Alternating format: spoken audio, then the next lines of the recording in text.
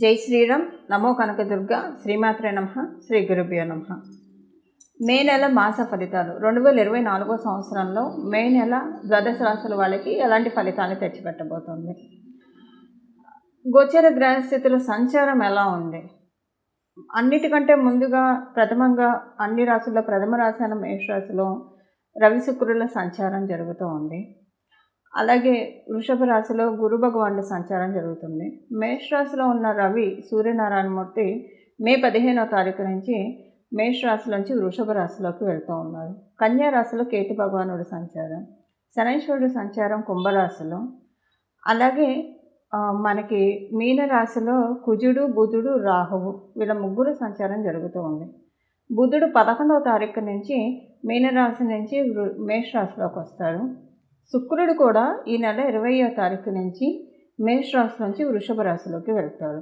అంటే ఆయన స్వస్థానానికి ఆయన వెళ్తూ ఉన్నారు.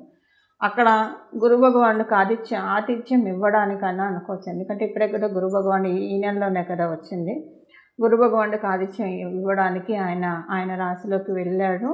ఇది ఒక మంచి శుభ పరిణామము. అక్కడ సూర్యనారాయణమూర్తి కూడా ఈ మాసం మధ్యలో రావడము, 20వ తారీఖు నుంచి శుక్రుడు కలవడము, ఇదంతా చాలా మంచి శుభ పరిణామాలకి అంటే ఇది శుభగ్రహ స్థితి అని చెప్పాలి. ఈ శుభగ్రహ స్థితి ద్వాదశ రాశి వాళ్ళకి ఎలాంటి ఫలితం ఇస్తుంది ఈ విషయం మనం చూద్దాము.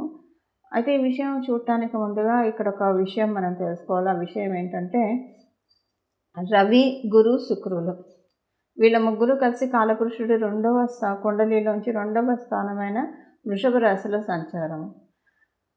ఇప్పుడు శుక్రుడి రాశి అయిన తులారాశిలో సూర్యనారాయణమూర్తి నీచ పొందుతాడు.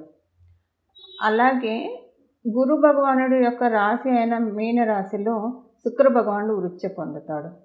ఇక్కడ చూసారు ఆ కాంబినేషన్ ఎలా ఉందో. రవి గురుడు శుక్రుడు.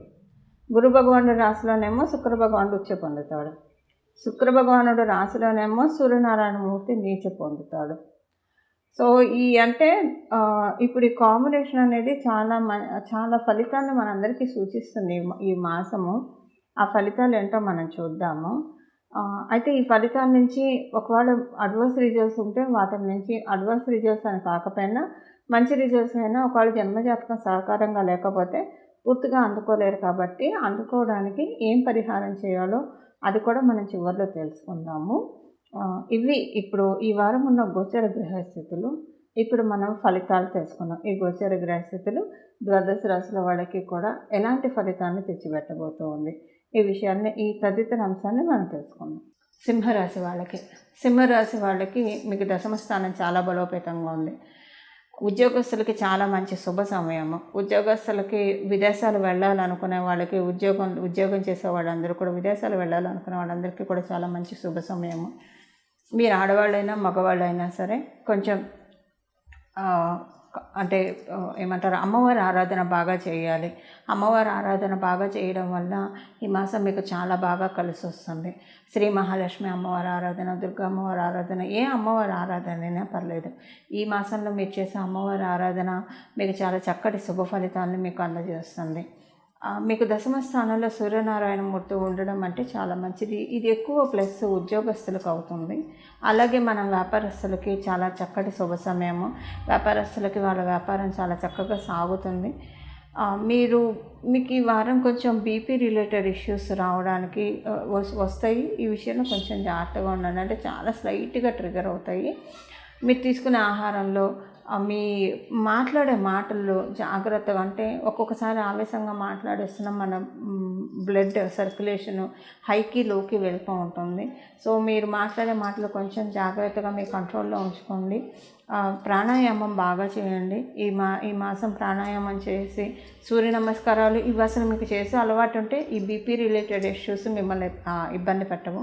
ఒకవేళ ఈ చేసే కోవలో మీరు లేకపోతే ఈ మాసం ప్రాణాయామం బాగా చేయండి, సూర్య నమస్కారాలు బాగా చేయండి. తద్వారా మీకు ఈ బీపీ అటాక్ అవ్వకుండా మిమ్మల్ని మీరు పరిరక్షించుకోవచ్చు. అలాగే మీకు అష్టమ స్థానం కూడా బలంగా ఉండడం వల్ల విదేశీయుల నుంచి మీకు మంచి లబ్ధి ఉంది ఈ మాసము. మీకు విదేశీయులతో ఏమన్నా ట్రాన్సాక్షన్ ఉంటే కనుక చాలా మంచి లబ్ధి ఉంది. అంటే మంచి గిఫ్ట్లు కూడా మీకు వాళ్ళ నుంచి అందుకుంటారు ఈ మాసము. గిఫ్ట్లు, అది సడన్గా మీకు చాలా సంతోషం అనిపిస్తుంది ఆ గిఫ్ట్లు అందుకోవడము, అన్ఎక్స్పెక్టెడ్ గిఫ్ట్లు. లేకపోతే అక్కడి నుంచి మీకు ఏదన్నా మీరు చేసే ట్రాన్సాక్షన్స్ నుంచి మీరు ఎక్స్పెక్ట్ చేసిన దానికంటే ఎక్కువ డబ్బులు వస్తాయి. మాకు అసలు విదేశాలతో ఎలాంటి కాంటాక్ట్ లేదు అని అనుకుంటే మీరు విదేశాలు వెళ్ళాలని ప్రయత్నిస్తుంటే దానికి అనుకూలంగా ఉంది. లేదా దూర ప్రాంతం నుంచి ఒకవేళ అలా కాకపోతే మీ సంపాదనే కొంచెం మీకు సంతృప్తి కలిగే విధంగా మిమ్మల్ని లీడ్ చేస్తుంది మీ సంపాదన. ఇంకో విషయం ఏంటంటే ఇక్కడ మీకు పంచమాధిపతి దశమ స్థానంలో ఉండడం ఒక మంచి యోగము. అంటే గురు భగవానుడు పంచమాధిపతి అవుతూ దశమ స్థానంలో ఈ మాసంలో ఉన్నాడు కాబట్టి ఇది మంచి యోగము. మీరు తీసుకునే ఆలోచనలు, చేసే ప్రణాళికలు అవన్నీ కూడా చాలా చక్కగా సజావుగా ముందుకు వెళ్ళడానికి గురు భగవానుడు ఆశీస్సులు మీకు చాలా చక్కగా ఉన్నాయని చెప్పాలి. బ్యూటీ రిలేటెడ్ బిజినెస్ చేసేవాళ్ళు, కాస్మెటిక్స్ సంబంధించిన బిజినెస్ చేసేవాళ్ళు, కెమికల్ రిలేటెడ్ బిజినెస్ చేసేవాళ్ళు, బ్యూటీ పార్లర్స్ నడిపేవాళ్ళు, మరియు టెక్స్టైల్ బిజినెస్లు, మీ అందరూ కొంచెం జాగ్రత్తగా ఉండాలి. ఇప్పుడు మనం తెలుసుకున్న ఈ రంగాల్లో ఉన్నవాళ్ళు మీకు కొంత ఇబ్బందులు వచ్చే అవకాశం ఉంది. ఇద్దరు ఫినాన్షియల్గా లేదా ఆడవాళ్ళతోటి కొంచెం ఇష్యూస్ వచ్చే అవకాశం ఉంది. ఇది సింహరాశిలో పుట్టిన అందరికీ వర్తించదు. కేవలంగా ఇప్పుడు మనం తెలుసుకునే ఈ 5 రంగాల్లో ఉన్న వ్యక్తులకే వర్తిస్తుంది. ఈ రంగంలో ఉన్న వాళ్ళు కొంచెం జాగ్రత్తగా ఉండాలి. మీరు చేసే డే టు డే యాక్టివిటీస్ 1కి 10 సార్లు చూసుకోవాలి. ఇంకా మిగతా విషయాలంతా కూడా సింహరాశి వాళ్ళకి బాగా ఉంది. ఇప్పుడు మనం పరిహారం చూద్దాము. ఈ పరిహారం ఏంటంటే ఈ మాసం అంతా కూడా మనకి 15వ తారీఖు నుంచి వృషభ రాశిలోకి సూర్యనారాయణమూర్తి, 20వ తారీఖు నుంచి శుక్రుడు గురుడితోటి కంజాయిన్ అవుతూ ఉన్నారు. మొదట్లో మనం చూసాం కదా వీళ్ళ ముగ్గురు కలయిక విశేషం అని చెప్పి. సో ఇప్పుడు దీన్ని మనం ఒడిసి పట్టుకోవడానికి, ఇది ఇచ్చే అడ్వర్స్ రిజల్ట్స్ నుంచి తప్పించుకోవడానికి, అలాగే ఈ యోగము ఇచ్చే 3 గ్రహాలు కలవడం అంటే ఒక యోగం. ఇచ్చే యోగాన్ని ఒడిసి పట్టుకోవడానికి ఎలాంటి పరిహారాలు చేయాలో ఇప్పుడు మనం చూద్దాం. గోసేవ చేయడం చాలా ఉత్తమం ఈ మాసం అంతా కూడా. ప్రతిరోజు ఉదయాన్నే లేవగానే గోమాత గోమాత గోమాత అని మనసులో స్మరించుకోవడము. అలాగే మీరు స్నానం చేసిన తర్వాత గోశాలలకు వెళ్ళి గోవుకి ఏదో ఒకటి తినిపించడం. మీ ఇంటి దగ్గర గోవులు వచ్చాయి అంటే ఇది ద్వాదశ రాశుల వాళ్ళకి వర్తిస్తుంది. గోవులు వచ్చాయంటే వాటికి ఏదో ఒక ఆహారం పెడితే చాలా మంచిది. ఈ వారం మీరు పెట్టే ఆహారము సాక్షాత్తు గోవుల ద్వారా దేవతలు తీసుకుంటారని చెప్పి అర్థము. ఏదైనా హోమాలు చేయించుకుంటే చాలా మంచిది ఈ వారము. ఈ మాసము ఏదైనా ఒక హోమం చేయించుకుంటే మంచిది.